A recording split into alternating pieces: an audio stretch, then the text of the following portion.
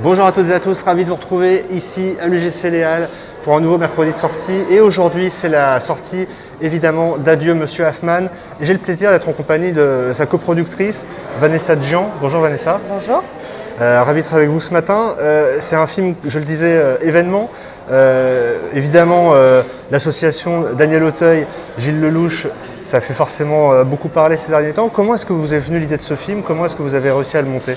Alors, ce film, ça vient d'une pièce de théâtre, d'un énorme coup de cœur sur une pièce de théâtre qui s'appelle Adieu Monsieur Hoffman de Jean-Philippe Daguerre, vue en Avignon. Et en voyant la pièce, qui après a connu un gros succès, il y avait un film évident à faire, un thriller. Et tout de suite, l'envie de faire un thriller avec Fred Cavaillé, qui n'avait jamais fait de film d'époque, est venue. Et j'ai rencontré Philippe Rousselet, parce que ça devenait un film très ambitieux, pour m'accompagner sur le projet. Et voilà, et on a avancé, écrit un scénario, ça a pris quelques années, enfin 2 ans je crois. Et après on l'a proposé au casting, qui a été tout de suite le casting que voulait Fred, qu'il avait en tête. Et il y a Sarah Giraudot aussi qui est magnifique dedans et qui se défend au milieu de ces 2 très grands acteurs, et elle est aussi à la hauteur de ça. Alors c'est vrai que vous le disiez, hein, Fred Cavaillé n'avait jamais fait de film d'époque, et pourtant c'est aussi quelqu'un qui a fait on va dire ses gammes et qui est reconnu aujourd'hui comme l'un des meilleurs réalisateurs de thriller. Est-ce que lui a été tout de suite intéressé par le projet ou comment ça s'est passé? Oui, en fait Fred, ça faisait longtemps qu'il voulait raconter l'époque, l'occupation, qu'est-ce que ça veut dire quand on se retrouve pris dans la guerre, comment on peut changer les uns les autres et mettre le spectateur dans la question. Et moi, qu'est-ce que j'aurais fait? En fait, les résistants, les héros, c'est très rare. Et il voulait montrer un peu ça, comment tout peut glisser doucement en thriller, de manière moderne, comme aujourd'hui en fait en temps de Covid, les mentalités changent, les gens se déplacent et ça vient insidieusement, tout comme dans le scénario du film et le film. Est-ce que Pathé était là dès le départ ou ils sont venus par la suite? Ils sont venus comme tout distributeur, ils sont arrivés, ils ont tout de suite montré leur intérêt pour le projet. C'est passé par Philippe qui travaille beaucoup avec eux. Et oui, ils sont tout de suite intéressés au projet. On va peut-être parler juste un petit peu du tournage. J'imagine que ça a empiété sur le Covid, donc ça s'est passé peut-être que pendant le Covid, d'accord.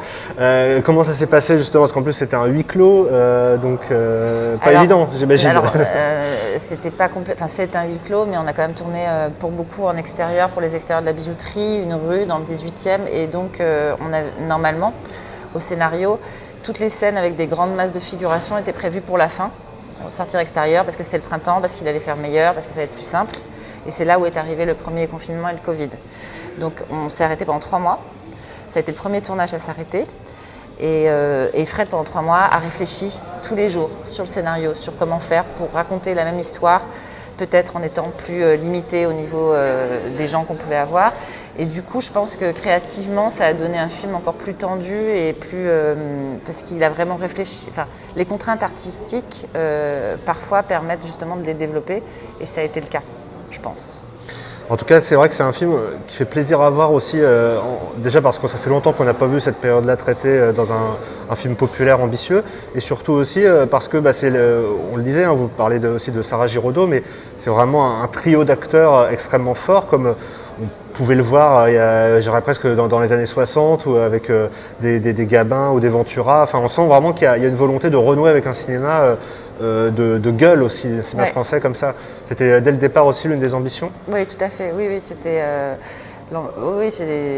pour porter un sujet comme ça, il fallait une ambition de casting. Enfin, puis c'est des gens avec qui, surtout Fred voulait travailler, avait envie de travailler, et puis il les a imaginés comme ça dès le départ quand il a écrit. Donc voilà, mais c'est assez magique quand ça se passe comme ça. En tout cas, il faut y aller à partir d'aujourd'hui dans toutes les bonnes salles. Oui. Adieu, monsieur Hoffman. Vraiment, allez-y. Et ça démarre très bien aux Halles ce matin, on est très contents. Effectivement, numéro 1 des Halles ce matin. Donc voilà. N'hésitez pas à y aller, les salles sont ouvertes. On vous encourage à aller le plus possible au cinéma. Un grand thriller moderne. Exactement. Voilà. Merci beaucoup Vanessa. Merci. Et bonne chance pour la suite de la carrière du film. Merci beaucoup.